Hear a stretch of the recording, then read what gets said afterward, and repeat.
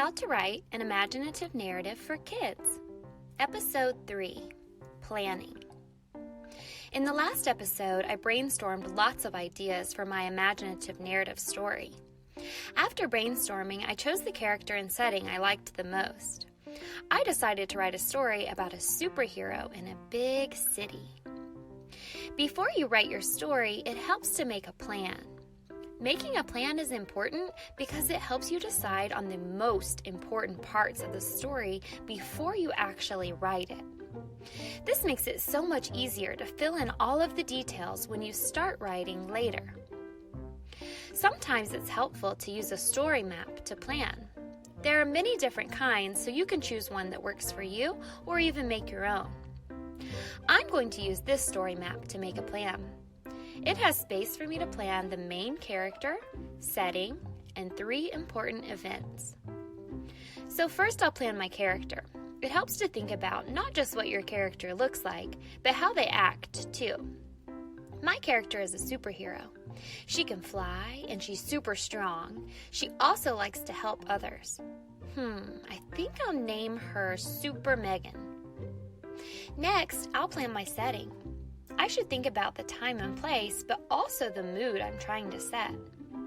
My story will take place in a big city at night. Maybe it will be stormy too. That would set a suspenseful mood. Now I need to think about the important events in my story. I'll start with just a regular event to get my story going, and then I'll think about a problem my character has and how she might try to solve it. And finally, I'll think about how I want my story to end. So in the beginning of my story, maybe Super Megan is just walking home from a friend's house in a storm. And then a problem.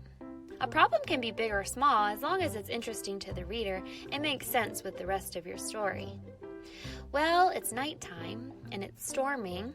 What problem might a superhero have in this situation? Maybe she starts flying to quickly get out of the rain, but she sees a pole get struck by lightning and fall onto a car? Big problem. Finally, I need to decide what will happen in the end, which will include how the problem gets solved. Remember, my character is helpful and she's super strong. So of course she'll help lift the pole off of the car.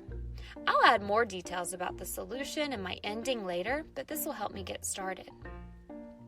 If you get stuck while planning your story, you can always go back to brainstorming and list many possible problems and solutions you could use, and then pick the one you like the best. Are you ready to start writing your imaginative narrative? Check out the next episode to see how I start writing an introduction.